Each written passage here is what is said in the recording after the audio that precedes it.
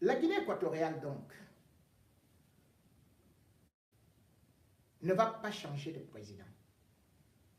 Et surtout, l'office du président, qu'on voyait déjà en chantant, marchant sur la tribune pour remplacer son père, ne pourra pas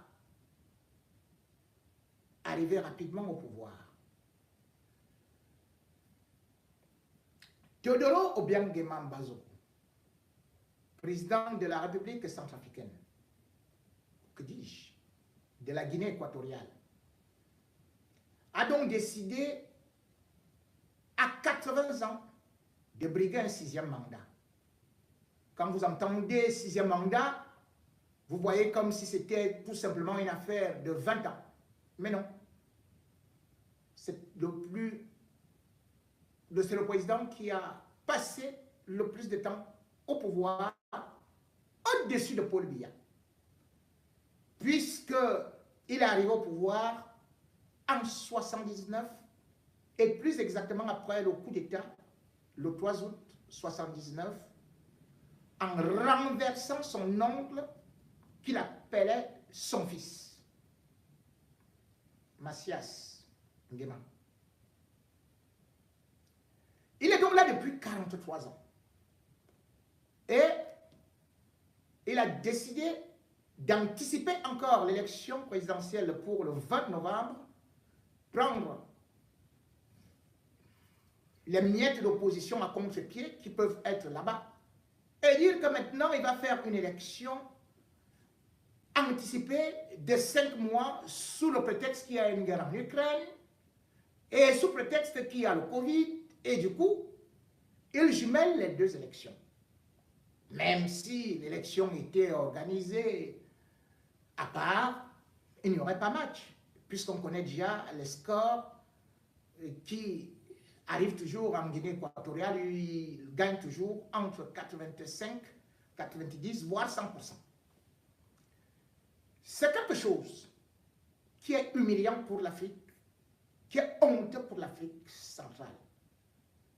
Parce que voilà quelqu'un qui aurait pu se reposer à 80 ans. Mais il ne veut pas rester, laisser la place. Obiang Nguema, il faut le dire, est arrivé par coup d'État terrible. Parce qu'il avait décidé d'abattre celui-là qu'il avait élevé. Il était lieutenant-colonel lorsqu'il avait décidé de décevoir son oncle, qu'il avait nommé presque ministre de la Défense. Après l'avoir renversé, il ne s'était pas arrêté là puisque son oncle s'était enfui, mais on l'avait arrêté le 18 août, non loin de leur village natal. Et puis, il avait ouvert un procès expéditif, sans avocat, ni rien. Mathias Nguema fut condamné à mort et fut exécuté le 29 septembre 1979. Et depuis cette période, il avait commencé une purge au niveau de l'opposition. Les opposants eux-mêmes étaient arrêtés, la presse interdite. C'est vrai que Mathias Nguema n'était pas un enfant de cœur, puisque lui-même arrivé au pouvoir en 1968, avait aussi été un véritable criminel, avait commis des génocides, tuait les opposants, il avait une main de fer, et surtout, il était celui-là qui voulait se faire adorer comme Mobutu. C'est vrai que, après sa mort, on a cru que Obiang Nguema, qui disait qu'il apportait de la paix, qu'il apportait la liberté d'opinion, qu'il apportait de l'alternance, qu'il allait partir. C'est pour ça que parfois il faut regarder aussi les gens qui viennent au pouvoir avec des armes, avec un œil et avec beaucoup de recul. On attend ce qu'ils vont faire. Parce que je vous ai dit, voilà déjà Mahamat Déby qui cherche à rester au pouvoir à vie, comme son père, Idriss Déby. Parce que quand ils arrivent au pouvoir, tout le monde applaudit. 1 an passe, 2 ans passent, 3 ans passent, 4 ans passent, 5 ans passent. Ils changent complètement. Et là, il faut être vigilant. Les Équato-Guinéens n'ont pas été vigilants, ou plutôt ont été endormis par les belles promesses d'Obiang Nguema, qui finalement a mis tout le pays dans la poche. Aujourd'hui, la Guinée équatoriale, vous vous rendez compte, alors qu'il a dit qu'il est venu avec la démocratie depuis 1990, parce qu'il n'y avait qu'un seul parti politique dans ce pays-là.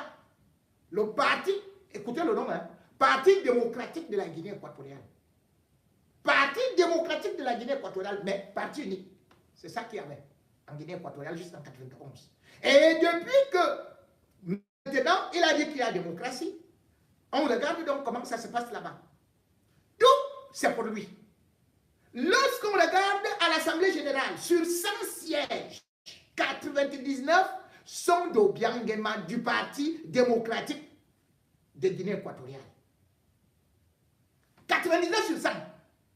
Lorsqu'on regarde le Sénat, les 70 sièges sont occupés par lui. Et maintenant, il a nommé sa famille, dont son fils, qui est donc non seulement vice-président, mais aussi ministre délégué chargé de la défense. Comment peut-on gérer un pays comme une chefferie de bas niveau? Et là, le problème, c'est que Théodora, comme on l'appelle souvent, son fils, était convaincu qu'il devrait être président, le futur président. Mal lui en a pris. Puisque d'ailleurs, en juillet 2021, il a fait venir une agence de communication pour polir son image. Mais entre-temps, il avait déjà des dossiers sur des biens mal acquis, où il a été condamné à 3 ans avec sursis en France, plus 30 millions d'euros d'amende. Vous connaissez ce procès. Maintenant, au niveau de la Guinée, qu'est-ce que son père fait? Parce qu'il voit qu'il y a d'autres barons du régime qui disent que son père, son fils est trop jet-setter, qui s'opposent. Lui-même, il a peur. Maintenant que s'il quitte le pouvoir, son propre fils peut justement soit lui faire du mal, soit alors ne plus reconnaître son rôle, soit alors, comme il y a toujours le parricide, puisque lui-même il avait tué son père. Et aujourd'hui, on se rend donc compte que Théodora, qui était donné pour le futur président de la Guinée équatoriale, ne le sera pas.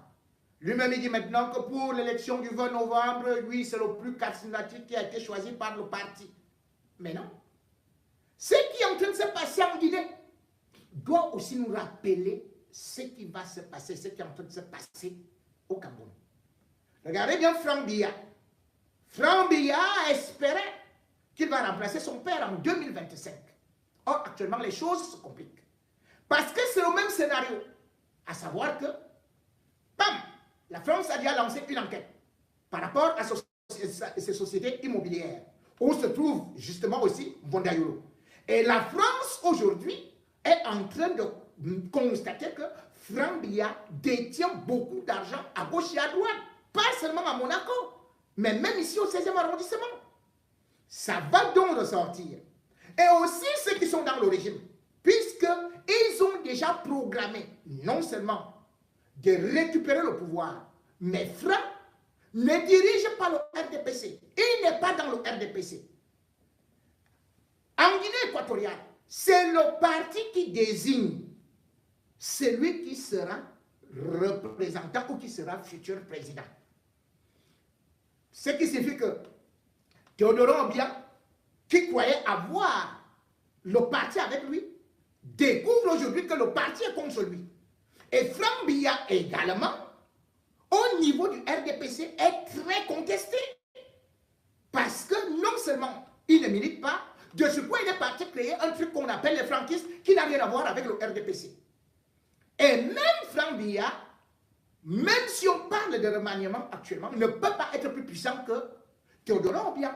Puisque Théodorin, lui, il était déjà vice-président. Théodorin, lui, il est déjà ministre de la Défense. Mais Franck Biya, lui, n'a qu'un seul poste, celui de conseiller de son père pour gérer la caisse noire. La caisse noire de Paul Biya. Ce n'est que ça qui gère. Il n'a rien d'autre. Ceux qui croyaient donc, et qui sont encore derrière Franck Biya, pour croire qu'il peut prendre le pouvoir, non qu'à regarder ce qui se passe en Guinée équatoriale, parce que Biya ne laissera pas son pouvoir. Biya programmé comme, justement, son ami de la Guinée équatoriale, Obiang Nguema, de mouler le pouvoir, quitte à ce que vous allez vous défendre après, parce qu'ils ont tous fait ce qu'on a, ils ont tous commis ce qu'on appelle le parricide, et ils ne veulent pas qu'on produise, qu'on reproduise sur eux ce qu'ils ont fait sur les autres.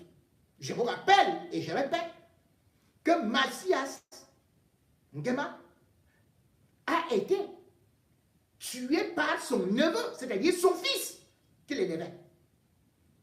Et Franck Biya, lui aussi le fils de Biya, eh bien Biya ne voudrait pas. S'il ne voulait, je crois qu'il aurait réfléchi avant. Il l'aurait positionné avant. Or, à l'instant, si jamais quelque chose arrive, il sait très bien que Franck Biya n'a pas de puissants réseaux internationaux, particulièrement de la France. Comme lui, il sait d'ailleurs que la France participe beaucoup à la politique intérieure du Cameroun, et aussi parce que Franck Biya n'est pas positionné au niveau du comité directeur du parti au pouvoir, dans le RDPC. Il ne pourra donc pas. Il devrait déjà oublier. Parce que la guerre, actuellement, se passe dans ce qu'on peut appeler le noyau dur du RDPC, où les gens sont en train de se dire qu'après Biya, ce sera eux. Franck Biya n'a donc pas d'écoute, puisque justement, Biya ne va pas laisser le pouvoir. Biya a juste voulu dire à Emmanuel Macron qu'il voudrait certainement ne pas se présenter. Mais si jamais 2025 arrive, pas sûr qu'elle puisse dire « je ne me présente pas ». Parce qu'il sait qu'il risque d'être humilié. Parce qu'il a toujours été habitué aux ordres du palais. Et parce qu'il a toujours été habitué à commander, à diriger, ou plutôt à couper les têtes. Alors, il sait très bien que Franck Biya n'a pas cette côte-là, n'a pas ce charisme-là. Comme justement en Guinée équatoriale, un petit pays comme la Guinée équatoriale. Les autres ont dit au chef de l'État que non, on ne peut pas accepter que ce soit ton fils qui soit là parce qu'il n'a pas de charisme et c'est un jet-setter et parce qu'il ne peut pas diriger un pays comme ça. Sinon, il y aura une partition, sinon, il y aura un coup d'État. Voilà donc ça. Aujourd'hui, le Cameroun est donc dans ce qu'on appelle sans héritier testamentaire. Les héritiers testamentaires n'existeront plus en Afrique centrale. Le Gabon a réussi cela grâce à Omar Bongo, qui avait positionné bien avant Ali Bongo. Et si Ali Bongo a été positionné, s'il a été justement mis comme président, c'est parce que c'est la France qui le voulait. Pour l'instant, la France ne veut pas de Franck Biya. Pour l'instant, la France ne soutient pas Franck Biya. Pour l'instant, Franck Biya devrait oublier la présidence de la République et se concentrer sur ses armes et se concentrer aussi sur d'autres petites affaires au niveau de l'île Maurice et tout ce qu'il a gardé à côté parce que après cela, ce sera le rouleau compresseur de la justice.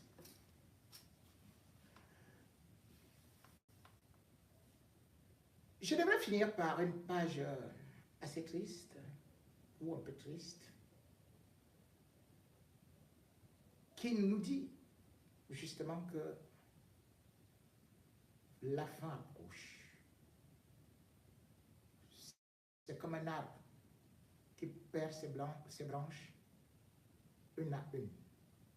Et par la suite, il ne reste plus qu'un tronc. Paul Biya est devenu presque comme un tronc avec quelques branches sèches.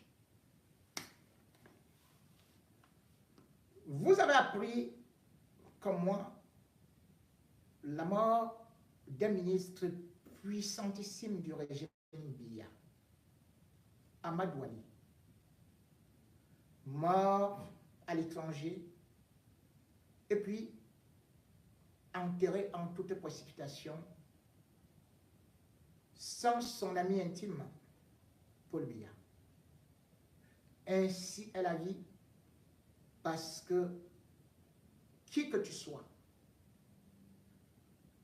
tu finis toujours par mourir.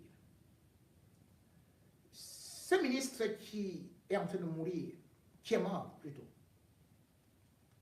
est surtout celui-là qui était même vu comme un potentiel candidat à la succession de Paul Biya. Parce que, selon la nomenclature de la politique néocoloniale française, le pouvoir se transmet du nord au sud et du sud au nord. Donc c'est ce que, bien évidemment, de l'époque de De Gaulle jusqu'à aujourd'hui, on continue à répéter. À savoir que le nord devrait maintenant avoir encore le pouvoir, on ne voit pas les autres, ils ne sont là que des participants ou alors ceux-là qui viennent applaudir. Amadou Ali était du Grand Nord et était le bras droit et l'homme des missions impossibles de Paul Biya. Au moment où on applaudit, au moment où on fait toutes sortes d'homélies comme un grand homme d'État, il faudrait aussi voir les œuvres d'Amadou Ali au niveau du Cameroun. Depuis que Paul Biya est arrivé au pouvoir, cet homme qui a fait 34 ans dans le gouvernement. Biya l'a utilisé à tous les postes et à tous les coups. Puisque d'ailleurs, lorsque Biya le nomme d'abord, c'est au niveau du secrétariat de la direction de la gendarmerie qui va se transformer en SED. Donc en 85, c'est là où ça devient le SED. C'est toujours Amadou Ali qui est là. Et puis, Biya va le rappeler au niveau du palais. Et vous savez ce qui se fait au SED, au secrétariat d'État, à la gendarmerie. Sans oublier que à une certaine période, c'est lui qui était toujours dans ses services de renseignement lorsqu'il y a ce qu'on appelle le coup d'État du 6 avril 1984. On va arrêter tous les nordistes. Moi, on va laisser Amadou Ali. Pourquoi? Parce que Biya l'a utilisé comme un traître. Biya l'a utilisé comme quelqu'un qui devait abattre ses propres frères, les livrer. Et c'est ça aussi qui a été sa vie. Amadou Ali a été celui-là que Biya a utilisé pour non seulement écraser les autres membres du gouvernement, mais aussi, surtout, pour anéantir les élites du Grand Nord. Biya l'a appelé au niveau de la présidence de la République, où il a d'ailleurs été secrétaire général, en 1996, sans pour autant oublier qu'en 1997, il va même devenir ministre de la Défense, et bien sûr jusqu'en 2001. Et en 2001, Amadou Ali sera quand même promu ministre de la Justice. Ministre de la Justice pendant 11 ans. 11 ans. Sans pour autant oublier que tout ça aussi, en 2004, il a été nommé vice-ministre jusqu'en 2019, donc 15 ans comme vice-ministre. Et bien sûr, 10 ans comme ministre délégué à la présidence chargé des assemblées. Vous croyez que c'était des cadeaux qu'on lui faisait comme ça? avec toutes ces fonctions qu'il cumulait, est-ce qu'il n'y avait pas d'autres personnes alors qu'il n'avait fait que les NAM? Oui, mais il y avait bien d'autres personnes. Mais c'est parce que c'était un homme clé. Un homme clé pour broyer les autres. Comme par exemple l'opération Épervier. Puisque lorsqu'il a fallu que certains qui étaient proches de Biya et qui voyaient que Biya ne tenait plus, et qui aussi ont eu des ambitions, puisque c'est normal, qu'ils puissent devenir candidats à une élection présidentielle, et parce que Biya les avait piégés, eux-mêmes ils avaient accepté, tels que les Atambara, tels que les Marafa, eh bien, qui a été utilisé pour les broyer? C'est Amadou Ali. Amadou Ali est donc celui-là qui a mis la plupart des dignitaires du régime dans le nouf, sans parfois des preuves, rien que pour des raisons politiques. C'est aussi quelqu'un qui a manipulé la justice. Puisque lorsqu'il est nommé ministre de la Justice, il va prendre un certain Pascal Mayambabé, un magistrat, enfin, qui va nommer procureur adjoint au niveau du tribunal de grande instance, mais en même temps, il va le promouvoir comme juge d'instruction. Et quand ce Pascal Mayambabé est arrivé, c'est là où il a commencé à faire la chasse aux sorcières. D'abord, il fallait faire tomber les élites du Nord, parce qu'il faut dire que ce Pascal Mayambabé est originaire du même département que lui, c'est-à-dire le Mayo-Saba. Parce que Amadou Ali, il était du Mayo-Saba et de Kolofata. Donc c'est comme ça. Donc il va le prendre et il va lui demander de broyer tous ceux-là qui sont capables de pouvoir lever la tête, non seulement dans le Septentrion, mais aussi à côté de Biya. Rappelez-vous, comment est-ce que l'affaire Atambara, ou même les autres, ont été pris par ce juge d'instruction qui n'a fait que des dossiers à charge sur l'affaire de l'Albatros, de ceci et cela. Il a monté des dossiers jusqu'à faire que un monsieur qui était ministre de l'administration territoriale et de la décentralisation, Marafa, un juge d'instruction, sur instruction de Marafa, lui a interdit, ou alors lui a signifié, une interdiction de sortie du territoire. Un ministre en fonction. Le ministre Marafa avait saisi Biya. Et puis on avait fait semblant de le traduire au conseil de discipline. Et pas. Eh bien, c'est toujours le même ministre qui l'a défendu. Que non, on ne va pas l'enlever. Et d'ailleurs, il est resté là, même quand Laurent Esso, qui était secrétaire général à la présidence, est devenu par la suite ministre de la Justice en 2011. Eh bien, il a continué à avoir de l'influence avec ses magistrats. Vous vous rendez compte, ce n'est qu'au temps de Laurent Esso que finalement on a décidé que maintenant le juge d'instruction pour les problèmes de l'Épervier, ce sera le tribunal criminel spécial. Donc, quand on parle d'Amadou Ali, même si on dit qu'il a apporté certaines réformes au niveau de la justice, mais il faut le prendre comme quelqu'un qui a broyé les gens du régime et qui a trahi tout le septentrion. Lorsqu'on voit aujourd'hui des gens en prison, c'est uniquement des procès politiques fabriqués par Amadou Ali. C'est uniquement avec ces juges qu'il nommait. C'est lui qui est venu avec cette affaire. On donne l'instruction depuis le palais pour qu'on puisse écraser les autres. Regardez le livre d'Atambara.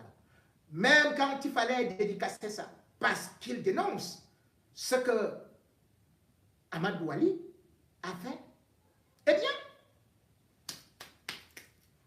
on a zingué, on a dit, on ne veut pas de ça.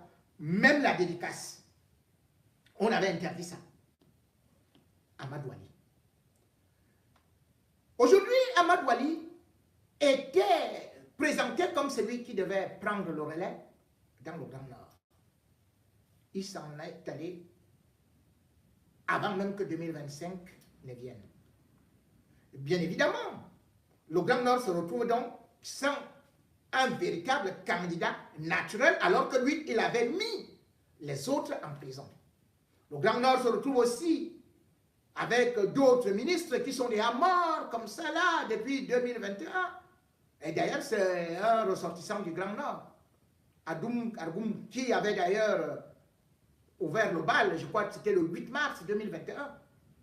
Il est mort. Et tant ministre, vous avez vu ça où? Et depuis là, Paul Biya ne parvient pas à faire un remaniement. Combien de ministres sont déjà morts? Qu'ils soient du gouvernement ou les anciens ministres. Les Nandwa sont aussi morts. Hein. Les Madeleine Fouda sont mortes. Hein. Et autres. C'est pour dire, pour ceux qui nous disent souvent qu'on vous attend ici au pays, que voilà le régime Biya qui s'écroule, y compris les grands généraux que vous voyez là, à gauche à droite. Le Cameroun est le seul pays au monde où en un an, on peut perdre 5, voire 10 anciens et ministres en poste. C'est pour vous dire jusqu'où également ils sont vieux. Et jusqu'où le régime est en train de partir. Et jusqu'où rien n'est définitif. Le régime Biya est comme une bougie. Il est en train de finir. Il est en train de s'éteindre. Rien n'est éternel dans la vie. Amadou Ali se croyait éternel. Amadou Ali se voyait à étudier. Et beaucoup d'autres qui sont morts, ils s'y voyaient. Aujourd'hui, c'est la mort qui fait le remaniement ministériel. Chaque jour, on dit, on attend que Paul Biya va nommer les nouveaux ministres. Mais non, il ne parvient pas à les nommer. Mais puisque c'est Dieu qui les nomme maintenant, ou plutôt c'est Dieu qui les reprend. Je crois qu'avant même 2025, si Biya ne fait pas de remaniement, il n'y aura plus de ministres au gouvernement. Tous seraient déjà peut-être morts. Ah oui. Donc il n'y a pas que moi qui vais mourir, comme vous croyez là, que vous attendez ma mort. Il faut voir que même ceux qui nous ont promis la mort, ou ceux qui se croyaient immortels, tout puissants, ou ceux qui croyaient qu'ils seront les futurs présidents, qu'on ne sait jamais de quoi demain sera fait. Oui, ce pays-là et ce gouvernement-là, il y a déjà un divorce. Un divorce naturel. Une sélection naturelle. Parce que le temps de Dieu, quand il sonne, personne ne peut résister. Tout le monde aime dire, lorsqu'on est mort, qu'on était tout bon, qu'on était tout généreux, qu'on était le plus intelligent. Je ne dirais pas ça. Parce que Amadou Ali a détruit beaucoup de vies. Que l'air repose en paix, si jamais il trouvera la paix. Et surtout qu'il trouve de l'autre côté les jardins Mandosé qui ont aussi loué Paul Biya et qui se sont retrouvés en enfer. Qui saluent tout cela, qui sont déjà dans le royaume de l'au-delà et qui ne savaient pas que la terre est glissante et que nous tous, nous rentrerons sous terre.